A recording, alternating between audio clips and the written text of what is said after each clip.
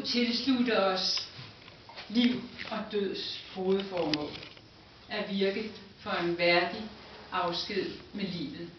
Og det vil vores forening også fortsat prøve at leve op til. Og som tak for i dag, der vil vi give jer vores sang Ræk mig din hånd, hvor jeg har skrevet teksten, og Hans har komponeret musikken.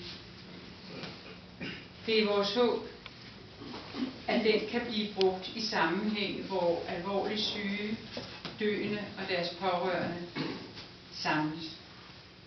Den handler om afsked og kærlighed, også til livet. Og den er faktisk blevet til i små etaper. Og det sidste vers, det 5. vers, det skrev jeg her for nylig. Og det var, fordi det for mig føltes rigtigt, at sangen blev til en salme.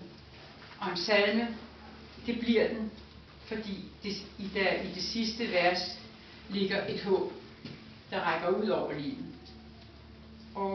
Men det vil vi gerne sige tusind tak til alle, der har været